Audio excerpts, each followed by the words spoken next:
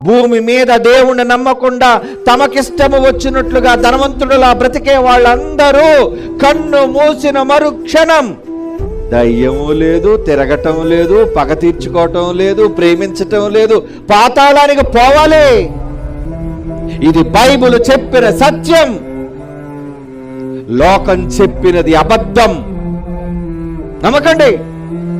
ప్రేతాత్మలు తిరుగుతున్నారని నమ్మకండి. ఆడికి ప్రేమ ఏంటి, ఆడికి పగేంటి? సమాజం చెప్పే తప్పుడు మాటలు నమ్మకండి.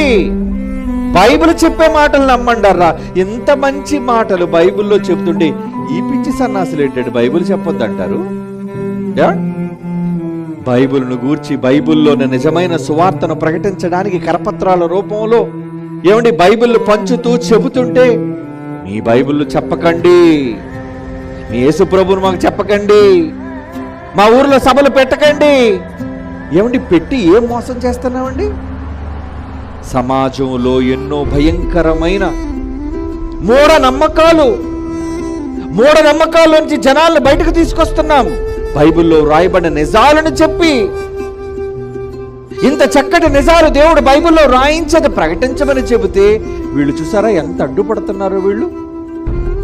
అదేనండి, అదే ప్రమాదకరమైన పరిస్థితి. జనాలకు నిజం తెలిసిపోద్దేమోనని వాళ్ళు చెప్పే కట్టుకథల్లో మిమ్మల్ని ఉంచాలి అని మిమ్మల్ని అందరినీ భయపెట్టి సొమ్ము చేసుకుంటున్నారు.